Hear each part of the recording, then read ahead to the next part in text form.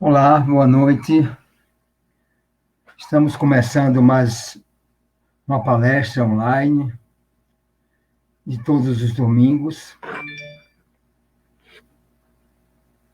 Desejamos a todos uma, Estamos começando uma semana cheia de saúde, esperança e fé no futuro. Nós vamos começar com uma música, do nosso grupo de harmonização Porto de Amor, e daqui a pouco daremos acesso ao nosso palestrante da noite.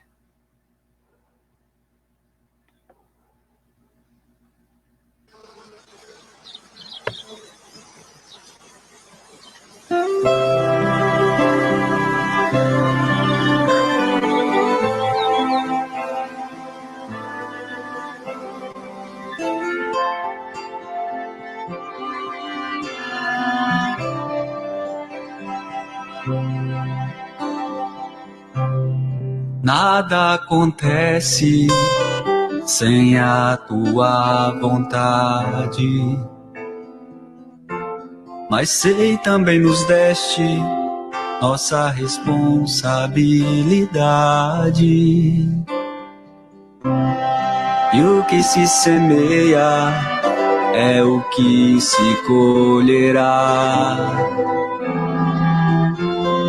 Mas ainda assim, o teu amor nos ampara. Conheces todo o meu ser, sabes o quanto sou pequeno.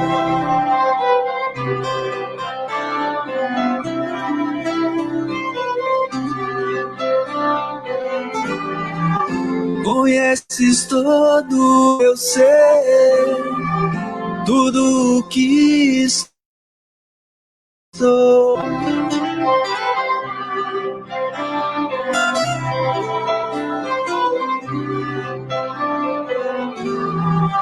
Mas já não há o que temer, pois sinto em meu coração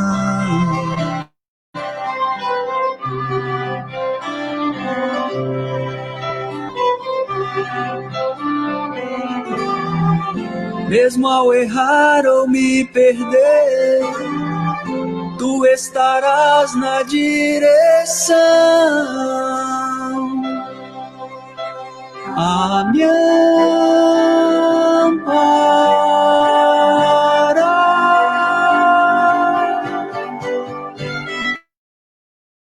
Em tudo há teu amor, em tudo está a tua mão a me proteger e me mostrar a direção. Em tudo há teu amor, em tudo está a tua mão a me proteger e me mostrar a direção.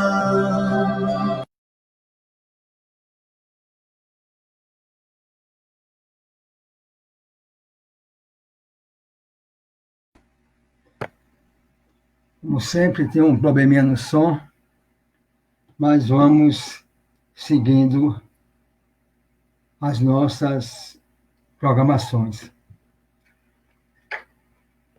Como sempre, tem um probleminha no som. Voltamos a lembrar que aos domingos, às 19 horas, temos palestras através do Facebook.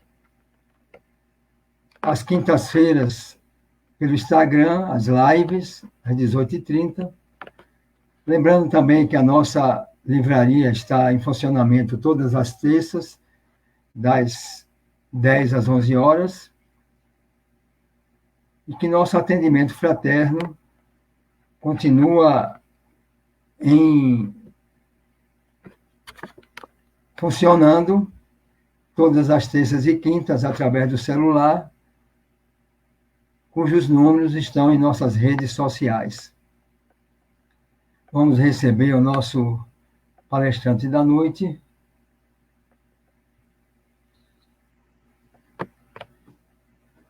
Seja bem-vindo, Luiz. Olá, Fernando. Obrigado. É de verdade um prazer, tá? E reconfortante estar de volta aqui nas telinhas dos celulares, tablets, computadores, para poder seguir trabalhando nesta senda de aprendizado, tá? Na qual, cada vez que a gente compartilha as nossas reflexões, a nossa visão das mensagens do Mestre, estamos tentando ajudar nossos irmãos e também avançar mais um pouquinho na nossa jornada. Luiz já é conhecido nosso de várias palestras e lives, apesar desse sotaque, não está no Chile, está aqui no Brasil, e já está mais abrasileirado do que lá do Chile. Bom, Luiz, eu vou fazer a prece inicial, certo, e logo depois eu passo a palavra para você. Então, ótimo. Aqueles que assim desejarem, vamos fechar os olhos, elevando o nosso pensamento ao alto, nos concentrando no trabalho do bem, rogando ao Mestre Jesus, ao Deus de misericórdia, que nos envolva e nos ampare neste trabalho da noite, que intua e oriente o nosso palestrante, e aqui, assim, Senhor, possamos absorver a mensagem da noite, o seu conteúdo, que possamos fazer uma profunda reflexão, e desta reflexão, que possamos também mudar os nossos hábitos, a nossa visão, e nos colocar no caminho do crescimento e da evolução. Envolve-nos, Pai querido, nesses momentos de tanta angústia, tanto sofrimento e tanta, por que não dizer, medo, mas com a nossa fé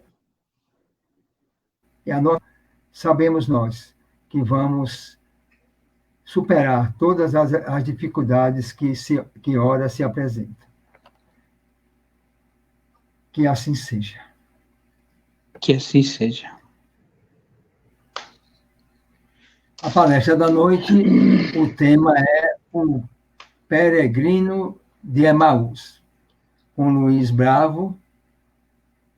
E agora passamos a palavra para Luiz dar início. Certo. Boa noite a todos. É um prazer, como já comentei, estar de volta aqui para tentar, através desta conversa, que é mais que nada unidirecional, fisicamente, mas eu sei que tem muita gente com a qual nos podemos conectar através da vibração, dos sentimentos, e desta forma estabelecer uma conexão muito mais profunda. E esse tema, eu acho que não deixa de estar relacionado com a situação pela qual a humanidade está passando hoje. Tá? E vou contar um pouquinho de algumas coisas que me levaram a pensar e tentar entender a mensagem que vinha detrás dessa passagem do Evangelho. Só lembrando assim, coisas antigas, na minha adolescência, lá na época dos 70, muito tempo atrás, eu estava estudando inglês e um dos livros que me fizeram ler se chamava, era um livro pequenininho, o título dele era Jonathan Livingston Seagull. E esse livro me marcou muito, tá? Em português, o título, claro, é Fernão Capelo Gaivota, e o autor dele é Richard Bach. Esse livro continha 3 partes nas quais ele falava muito sobre autossuperação, autoconhecimento, falava, sem mencionar diretamente o tema, sobre reencarnação, tá? Deixava a ideia fluir, no qual a gente, através de sucessivas vidas, como ele falava, podia ir alcançando a perfeição. É simplificada, claro, em o dom de voar, atingir a perfeição no voo. Isso foi nos anos 70, e este escritor, que é um aviador, toda a sua vida esteve relacionado com a aviação, tem muitas outras obras nas quais se utiliza o meio da aviação, do voo, para passar ideias. De fato, Ilusões é um dos livros mais bonitos que eu li, é de sua autoria. Sofreu um acidente de avião em 2012. Foi grave, ficou internado alguns meses, e quando ele se recuperou e saiu, decidiu publicar uma última parte do livro de Fernão Capelo Gaivota, para fechar a história, de verdade, e mostrar como a humanidade, às vezes, pode alterar algumas situações. Eu tive a oportunidade de ler essa edição faz algumas semanas atrás, e quando cheguei a essa parte nova, final, comecei a pensar precisamente nisso, como de repente uma mensagem, um fato histórico, algo que impactou muitas pessoas com o tempo, pode ir se alterando, tá? Transformando, perdendo a essência dos ensinamentos, etc. E foi aí que tive a ideia de explorar agora, sobre a luz da nossa doutrina, tá? Esta passagem do Evangelho, tá? De Lucas, e que se refere a alguns acontecimentos durante o dia da ressurreição do Mestre, no domingo de Páscoa. De fato, todos os evangelistas narram as aparições de Jesus após a sua morte, com muitos detalhes, tá? E para nós que conhecemos a doutrina, é difícil duvidar da realidade de aqueles fatos como são narrados. De fato, Kardec, no capítulo 15 da sua obra A Gênesis, nos esclarece que estas aparições, tá, podem se explicar perfeitamente pelas leis fluídicas, pelas propriedades do perispírito, e que para nós não deveriam de apresentar nada de anormal com relação a fenômenos do mesmo gênero, tá? Materializações, etc., cuja história, tanto para trás como agora, tá? Oferece numerosos exemplos. E, de fato, nós vemos cada vez mais informações novas que, quando a gente las analisa sob a luz da nossa doutrina, mas com uma visão ampla, mesmo que não sejam feitas por espíritos, como aquele documentário que está acontecendo agora na Netflix, A Vida Após a Morte.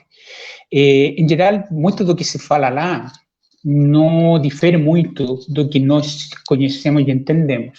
É claro, eles não estão seguindo a doutrina de Cristo, em algumas partes a gente viu que se focava muito no que era fenômeno, mas não deixa de ser uma prova de que o que nós sabemos, de que o Kardec nos transmitiu, das mensagens que ele recebeu via médiums, de muitos espíritos benfeitores, é assim. Então, hoje nós entendemos que, claro, Jesus, nessas aparições, tá, mostrou basicamente seu corpo perispiritual, porque só alguns podiam vê-lo.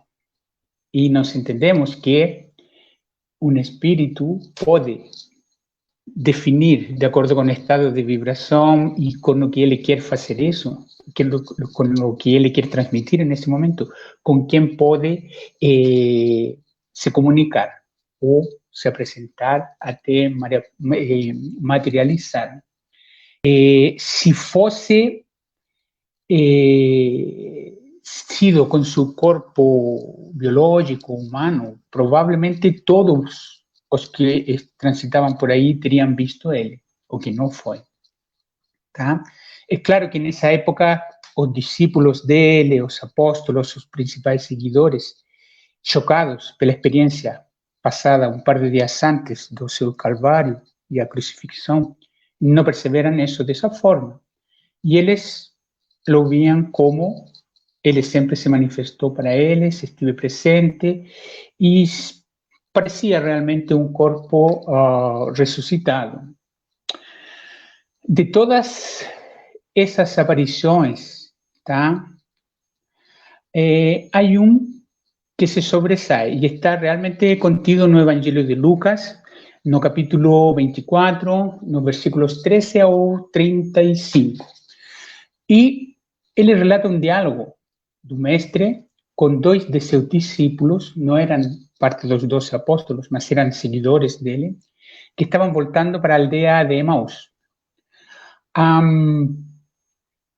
Além de ser um dos acontecimentos relacionados com a aparição do Cristo após a crucifixão, ele traz vários aprendizados ao respeito de uma série de fenômenos psíquicos, tá? Como, por exemplo, nos chama a atenção sobre a imortalidade do espírito após a morte do corpo. É claro que tem todo um transfondo de comunicação mediúnica no meio, nos dá fundamento sobre a materialização dos espíritos, mas também nos deixa, eu acho, algumas lições bem profundas relativas à fé, ao entendimento da vida espiritual e, por outro lado, ao amor irrestrito que tem Jesus com todos nós, habitantes da Terra.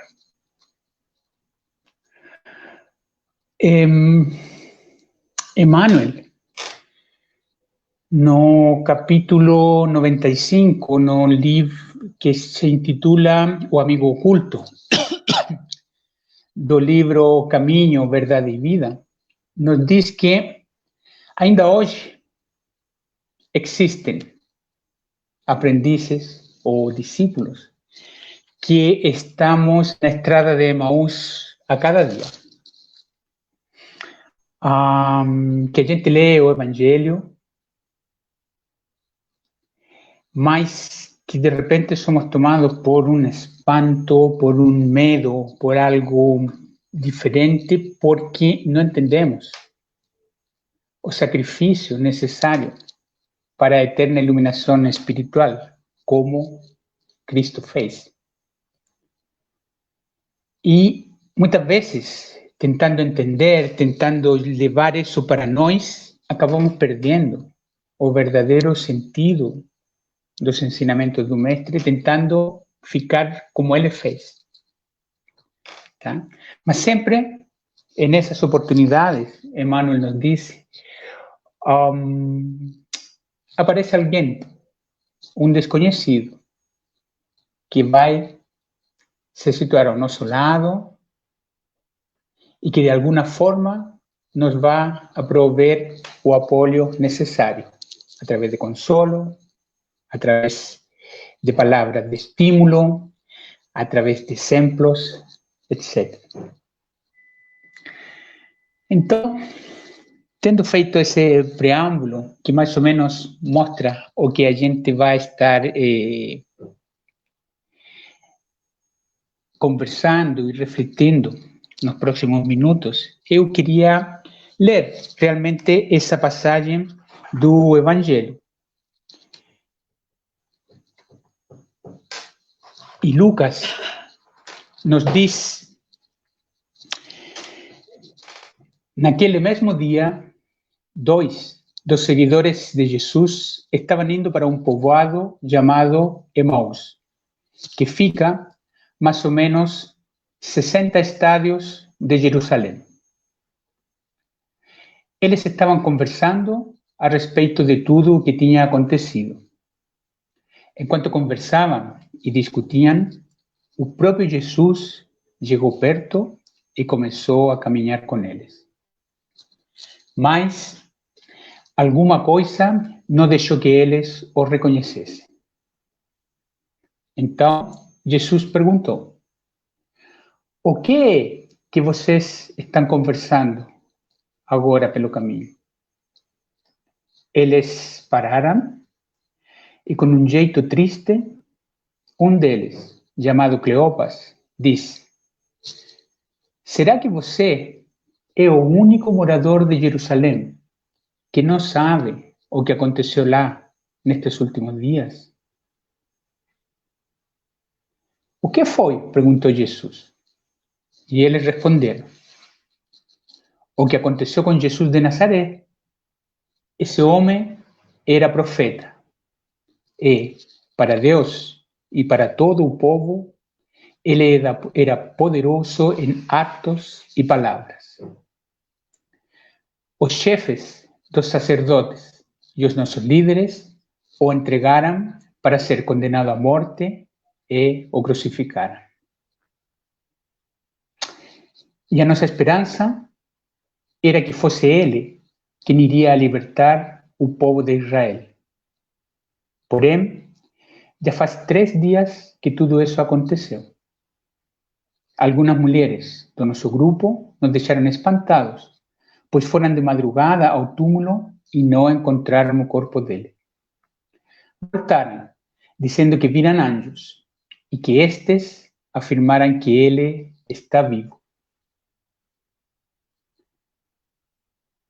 Alguns do nosso grupo foram ao túmulo e viram que realmente aconteceu o que as mulheres disseram, mas não viram Jesus. Então, Jesus disse: como vocês demoram a entender e a crer em tudo o que os profetas disseram? Pois era preciso que o Messias sofresse e assim recebesse de Deus toda a sua glória. E aí ele começou a explicar todas as passagens das Escrituras Sagradas que falavam deles, iniciando nos livros de Moisés, passando por os escritos de todos os profetas. Quando chegaram perto do povoado onde iam, Emaús, Jesus fez como que ia para mais longe. Porém, os dois insistiram com ele para que ficasse, dizendo: fique conosco, porque já é tarde. Então, Jesus entrou para ficar com eles. Sentou-se à mesa, pegou o pão e deu graças a Deus. Depois, o abençoou, o partiu e os deu para ele. Nesse momento, os olhos deles foram abertos e eles o reconheceram, mas ele desapareceu.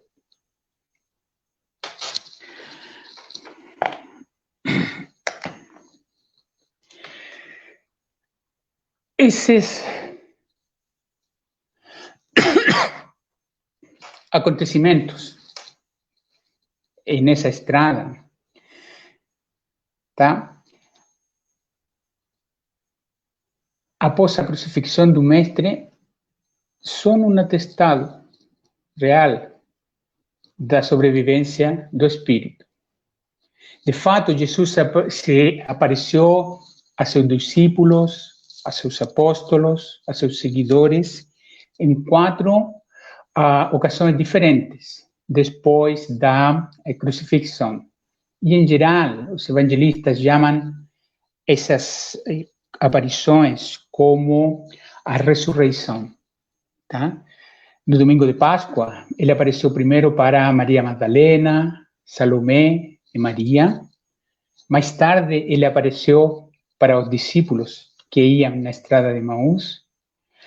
Ele se manifestou aquele mesmo dia, mais tarde, para todos os apóstolos que estavam reunidos na mesa. E a última aparição deles, antes do que se chama a Ascensão, foi no lago de Tiberíades, tá? Donde ele se mostrou para um grupo mais numeroso, onde estavam Pedro, Tomé, Natanael e vários outros apóstolos e discípulos. Então, segundo o registro de Lucas, aqueles dois discípulos, quais conhecemos o nome de um, Cleopas, o outro é desconhecido, mas eles caminhavam de volta desde Jerusalém para a aldeia deles, que era um povoadinho chamado Emaús, que fica mais ou menos 11, 12 quilômetros ao norte, ou ficava 11 a 12 quilômetros ao norte de Jerusalém, no dia da Páscoa. Então, tentemos imaginar como eles estavam se sentindo nesse momento. Iam caminhando, provavelmente de tarde, com sentimentos de tristeza profunda, abatidos. Mas, apesar de todo esse sofrimento, eles seguiam trocando entre eles ideias respeito ao que tinha acontecido nos dias anteriores, incluindo o martírio de Jesus, e tentando, de alguma forma, hallar conforto, hallar alguma resposta. E foi nesse momento e nesse estado que, como o texto evangélico bem fala, traziam os olhos fechados, possivelmente para qualquer tipo de percepção. Isso decorrente da desarmonia emocional, tá? Devido ao trauma de ter presenciado todo o martírio do mestre que acabou com a morte dele na cruz.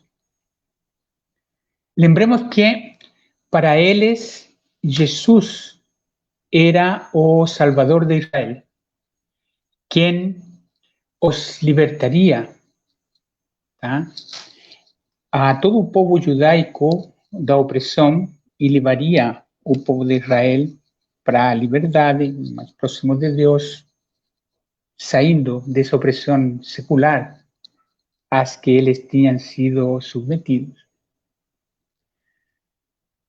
E como Fernando falava de manhã, em uma palestra, em outra live, o sentimento era de que Jesus faria isso pela força. Tá? Então, ver de fato que aquele líder, aquele personagem no qual eles tinham depositado a confiança em que levaria Israel para uma nova vida, livre de opressão, etc., ser crucificado de repente quebrou essa... Nossa, mas como? Então, eles estavam totalmente perdidos, desorientados, com sentimentos encontrados e se sentiam sozinhos. Mas eles não sabiam que eles não estavam abandonados. E foi então quando aquele estranho se uniu a eles no caminho e, manifestando-lhes a ignorância com relação à história que tanto tinha comovido eles contaram de novo o padecimento de Jesus e o medo que eles sentiam agora, porque a confiança que eles tinham em que ele seria a pessoa que resgatasse Israel e já não estava mais entre eles. eran 11 kilómetros, probablemente caminando en ese tiempo, eso llevaría 3, 4 horas quizás, mas gran parte desse tempo e desse caminho até Emaús, eles foram com aquele homem que se mostrava amoroso, sabia, conhecia as escrituras, tá? E transmitia uma áurea de generosidade, simpatia, e ele aos poucos foi chamando eles de volta, mostrando, contando e explicando todas as passagens das Escrituras que faziam referência à vinda do Messias, desde Moisés até os registros que os profetas deixaram. E enfatizou muito a parte de que em todas elas se falava de que o Messias escolheria o martírio, a aflição, para poder atingir a glória. 3 horas de caminhada, de conversa, de esclarecimento, mais tranquilos. Eles, embora reconfortados, ainda não o reconheceram, nem pela forma de falar, nem pelo gesto afetuoso. Somente quando Cleopas e seu amigo o convidaram para participar da ceia, aquele desconhecido revelou ser Jesus, ao vencer o pão e parti-lo. E foi quando eles entenderam, porém Jesus desapareceu. Os ensinamentos da nossa doutrina não demonstram para nós que, demonstram ou nos mostram que a aparição de Jesus a seus discípulos, tá? Mesmo sobre a aparência de um viajante simples, etc., não tem nada de surpreendente quando a gente entende os mecanismos deste tipo de fenômenos, tá? Eu não sou médium, tenho um pouquinho de sensibilidade, mas através do estudo a gente consegue entender como estas manifestações acontecem.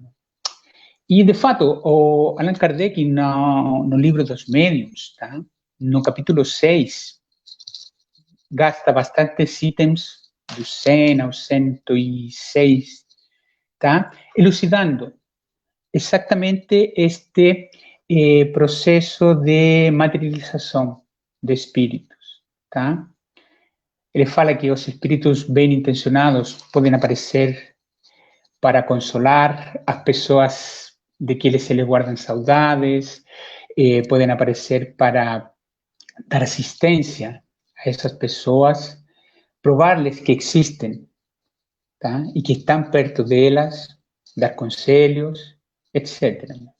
Evidentemente que Jesus, sendo o diretor espiritual da Terra, o governador espiritual da Terra, tornou-se visível, é claro, para lhes prestar, primeiro, amparo na situação em que eles se encontravam, mas também para revelar a imortalidade de seu espírito. As aparições espirituais, segundo Kardec, apesar de, embora sejam consideradas naturais para quem conhece a doutrina, não acontecem permanentemente e estão se manifestando sempre, tá? E quando a gente pensa e lê ele, é claro, a gente, nós encarnados, convivemos com os desencarnados. Então, o fato de a gente estar podendo visualizar eles sempre, provavelmente dificultaria muito as nossas ações e nos deixaria, quizás, em condições desfavoráveis para poder aprender, para poder nos manifestar mais livremente, tá? Es por eso que eles só se manifestam quando é necessária essa manifestação. E muitas vezes isso acontece através de médiums. É claro que o princípio de aparição ou materialização de um espírito reside nas propriedades do perispírito. E esse espírito, quem vai amoldar essas propriedades dependendo da intenção, da comunicação ou da materialização. Não vamos entrar em muito detalhe, mas a gente sabe que essas aparições podem ser sob forma diáfana, a gente visualiza contornos, sente o contato. Outras vezes são muito mais acentuadas, a gente percebe traços da fisionomia, se pode descrever com todos os detalhes a pessoa cuja imagem o espírito nos está mostrando. E em alguns casos é possível incluso que essa aparição se torne em uma forma tangível, que possa se sentir realmente a presença dele, como se fosse um corpo sólido. É claro que essas explicações todas nos deixam mais esclarecidos em torno de como foi o fenômeno. Ele veio, transmitiu a mensagem e depois simplesmente desapareceu, se mostrou para eles, etc., porque era o que ele quis, só fazer. É claro que existia algum motivo para essa atitude do mestre, tá? Por que ele se manifestou para eles? A gente poderia levantar um monte de conjecturas, mas não vamos chegar nunca a alguma resposta concreta ou satisfatória. Mas o mais provável é a necessidade de ampará-los, libertá-los da tristeza, de modo de que eles se sintieran reconfortados e puderam também realizar o trabalho de difusão da palavra do mestre nos tempos posteriores. Independente de por que ele não se manifestou abertamente como sendo o mestre para eles, há algo que é muito importante, que fica claro quando a gente lê as palavras no texto de Lucas. O sentimento de afeto, de ternura, a atenção que ele prestou aos dois discípulos, os cuidados que ele brindou para tentar esclarecê-los, tá? E mostrar exatamente qual era o caminho. O mais importante, essa atitude do mestre para aqueles dois viajantes.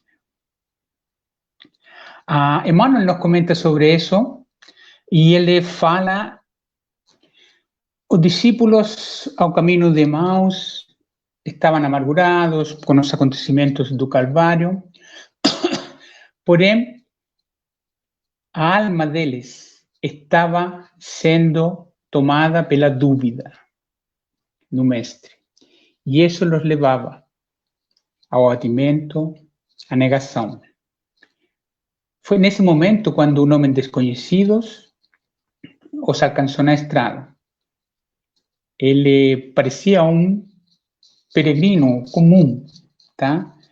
Porém, ele, na sua conversa, começou a esclarecer as verdades das Escrituras, exaltou a cruz, o sofrimento do Mestre. E, ao conversar com ele, os dois discípulos que estavam com a cabeça cheia de contradições começaram a experimentar um bem-estar agradável, ouvindo os argumentos do peregrino. E foi somente no final da viagem, nos disse Emmanuel, que eles, quando já estavam confortados, perceberam que aquele acompanhante, na sua caminhada até Emaús, era um mestre. E o reconheceram porque ele fez aquele acto de bondade de abençoar e repartir o pão.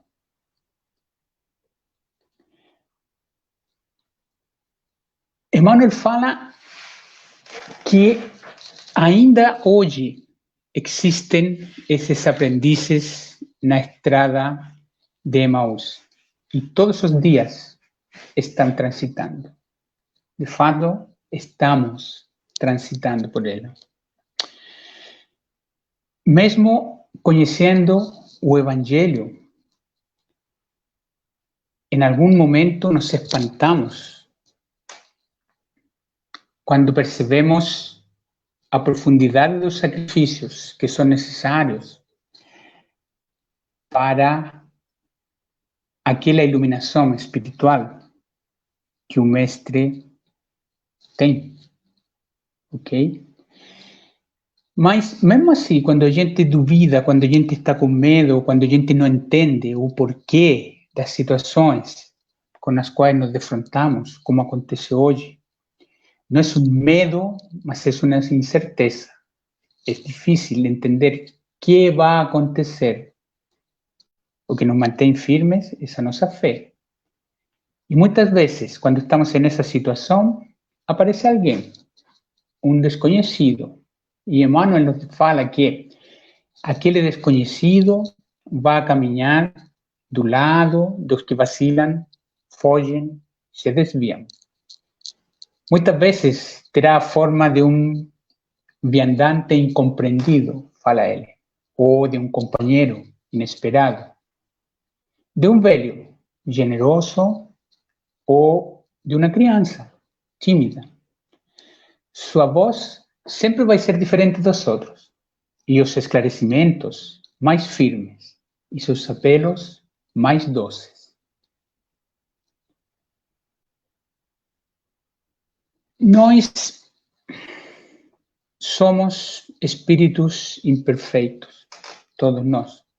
Isso sabemos. Não sabemos, quizás, o quanto imperfeito nós somos, mas sim temos a certeza de que temos um longo caminho a percorrer. E muitas vezes estaremos percorrendo esse caminho de Emaús. Terá dias em que a brisa soprará, nossa alma vai a acolher os ensinamentos do Mestre e nos sentiremos bem e marcharemos. Mas, quando aparecem aquelas provações tempestuosas para que a gente fortaleça a fé, muitas vezes a descrença se apropria de nós e faz com que a nossa fé vacile, duvidamos.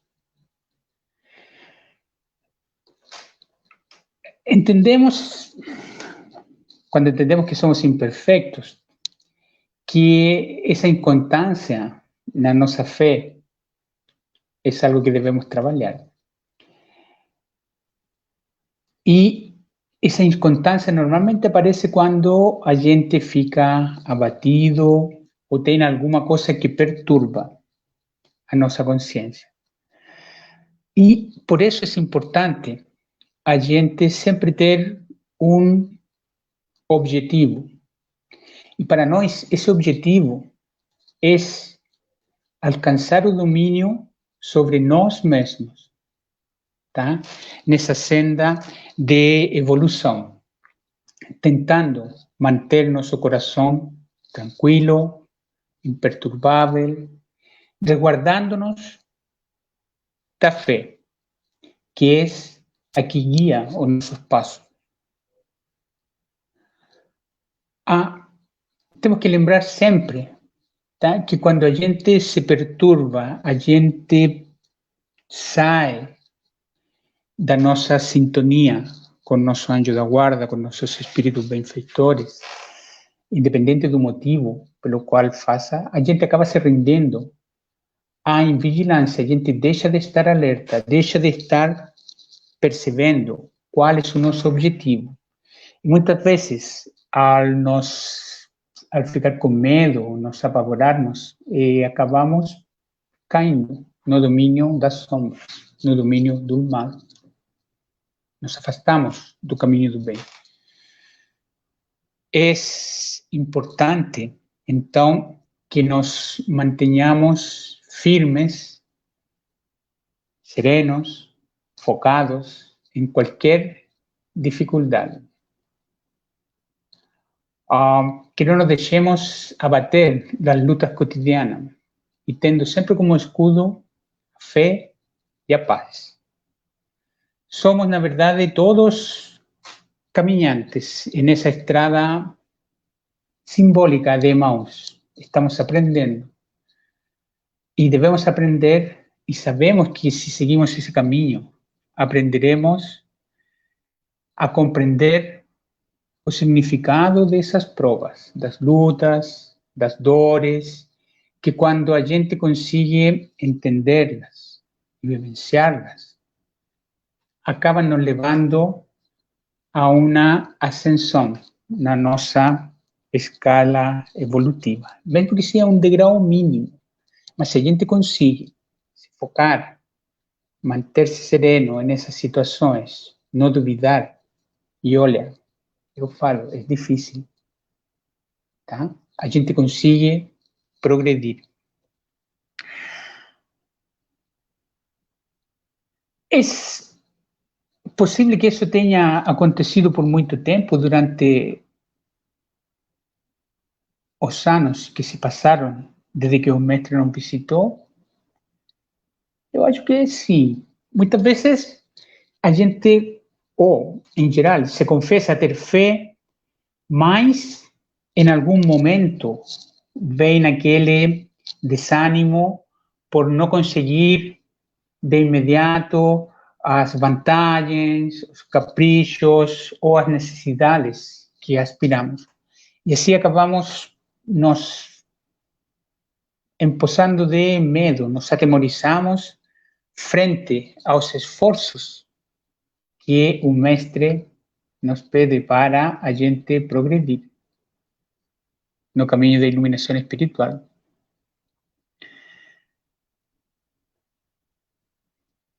O mestre sempre aproveitou o mínimo para produzir o máximo. Ele falava de forma que se conseguira entender, de forma geral, poucas palavras, exemplos claros, mas por trás de cada palavra tinha muita informação, o máximo de informação que ele podia dar. Não esqueçamos que seu apostolado durou só 3 anos e que nesse tempo acendeu luz que se manteve por milênios, tá? E que ele iniciou com uma companhia muito pequena, 12 companheiros. Então, hoje, como espíritas, com o conhecimento que a gente tem e que vai adquirindo pouco a pouco, não porque um de nós consiga ler, entender livros, estudos e se aprofunda cada vez mais, já está no topo. Isso é, vamos angariando isso, vamos avançando passo a passo. E muitas vezes os degraus dessa escala são minúsculos, mas é necessário. São poucos os que conseguem avançar em degraus grandes, se aproximando aos níveis superiores da nossa evolução espiritual. Mas uma coisa que a mim me faz pensar que muitas vezes nós complica, tá? É que muitas vezes não ouvimos a nossa própria consciência. Assim como aqueles discípulos que iam pela estrada de Emaús. Tá? Nós precisamos reconhecer que Jesus sempre esteve, está e vai estar conosco em todo momento, auxiliando-nos a desenvolver essa fé pura, mantendo-nos firmes no nosso caminho, combatendo essa, como poder chamar, miopia de nossa alma, de nossa consciência. E eu acho que muitas vezes essa falta de enxergar é por causa de nosso orgulho. Nós entendemos que somos espíritos, é claro, imortais, somos. Mas temos que ter consciência clara de que somos inteligências menores, criadas pela vontade da inteligência suprema do universo, que é Deus. E dessa forma, a gente precisa de modelos e referenciais que nos mostrem o caminho rumo à nossa perfeição. E eu queria lembrar, falando sobre modelos, a resposta à pergunta 625 do Livro dos Espíritos, onde Kardec inquire qual o tipo mais perfeito que Deus ofereceu ao homem para lhe servir de guia e modelo. Vide Jesus, responderam os benfeitores espirituais, orientadores da codificação espírita. Em francês,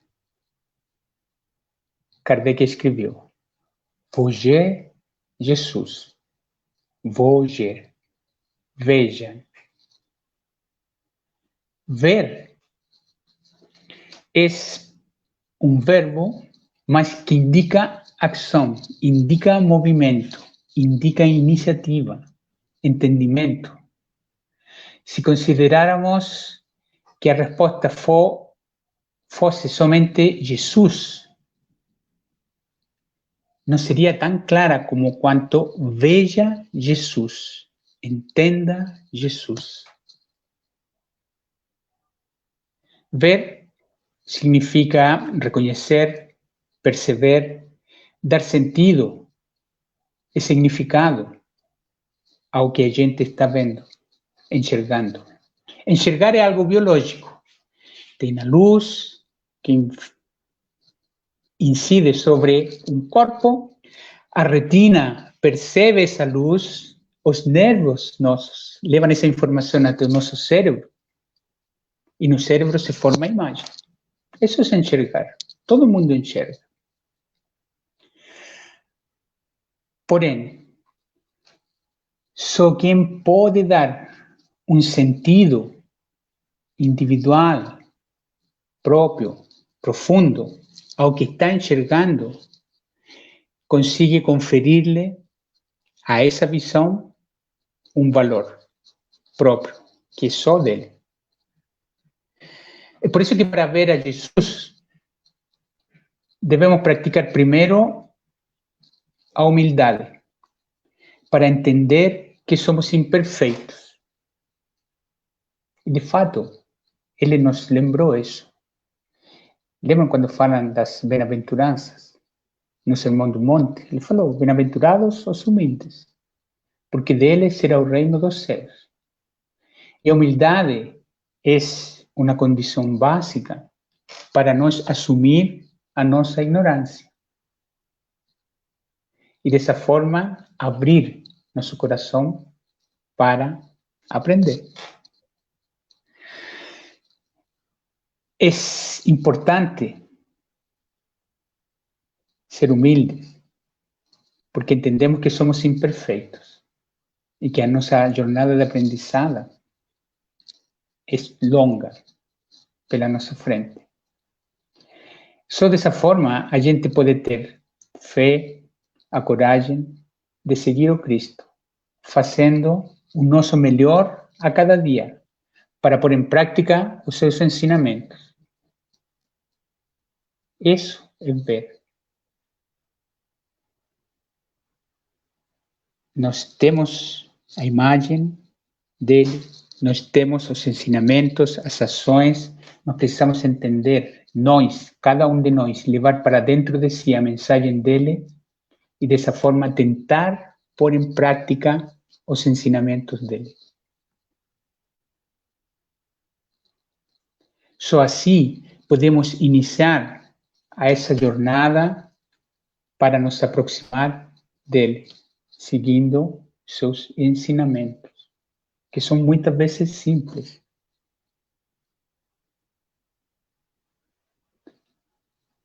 Amar a Deus por sobre todas as coisas e ao próximo como a ti mesmo. Essa simpleza resume tudo. E na medida que a gente consiga trazer isso para dentro de nós podemos começar a hallar os caminhos de mudar uma atitude, de mudar como eu reajo ante determinados estímulos, quando me criticam, quando me elogiam.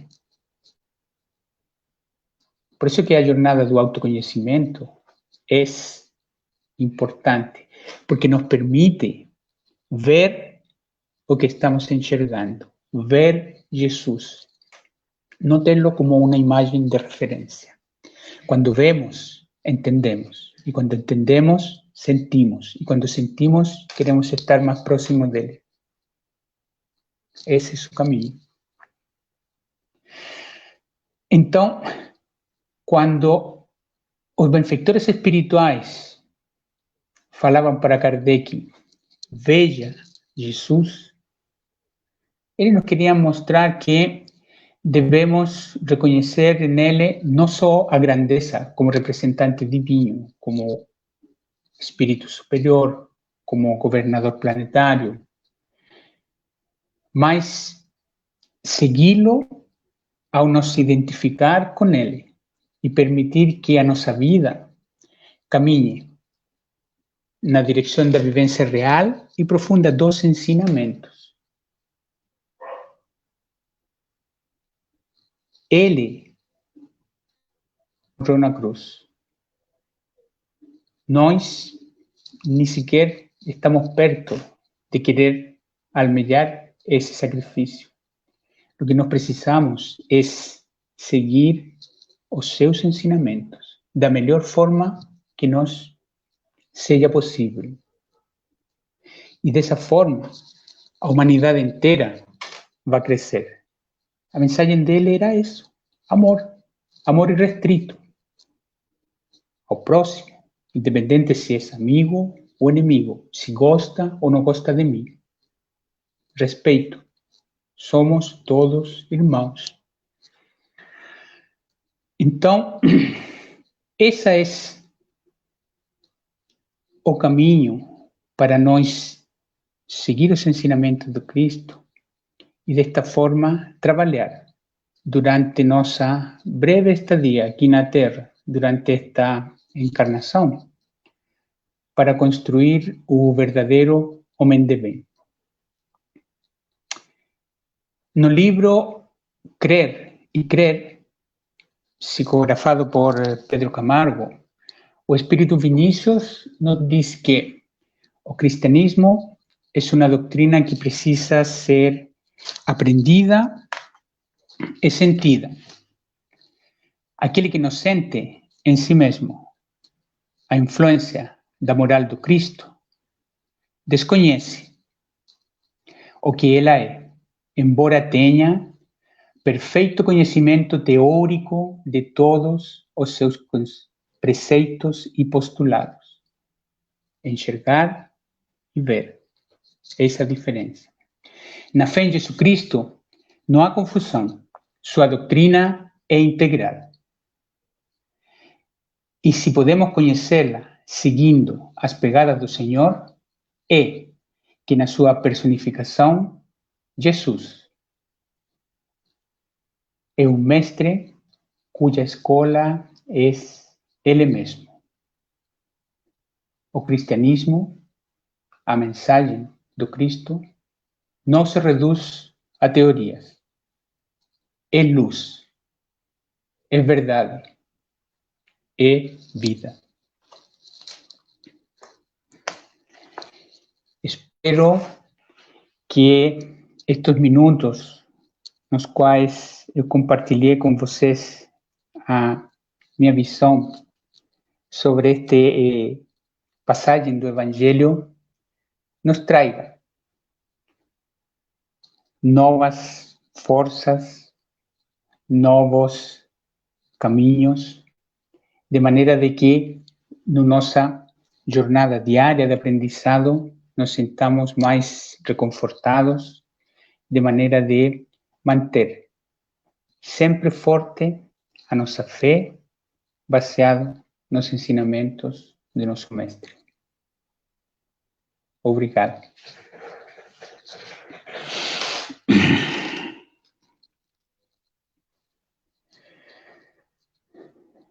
Vamos agora fazer a nossa prece final.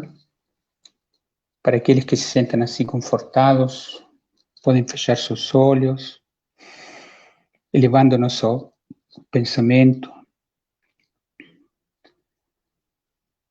ao alto, lembrando daquele meigo rabi da Judeia, nascido em Nazaré, que durante 3 anos nos trouxe a mensagem de paz, de amor e de união. Porque ele não falava só para um povo, não falou só para uma época. Ele falou para todos nós, espíritos encarnados hoje, que fazemos parte da humanidade toda.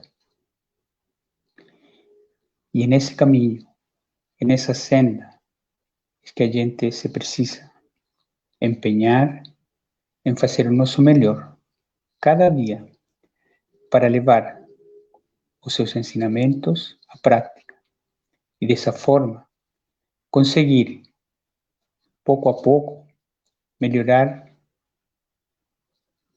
a nossa condição de espírito e fazendo isso através do exercício, principalmente da caridade e do respeito e o amor, conseguir fazer este mundo melhor, saindo reconfortados e ficando cada dia mais forte, mesmo em tempos difíceis e de incertidão como os que agora vivemos. Pedimos que a luz do Cristo ilumine sempre nossos corações e aponte o caminho certo para o nosso progresso. Que assim seja. Que assim seja. Luiz, a nossa gratidão pela contribuição, pelo trabalho da noite. Que Obrigado. em outras oportunidades possamos contar com sua costumeira contribuição.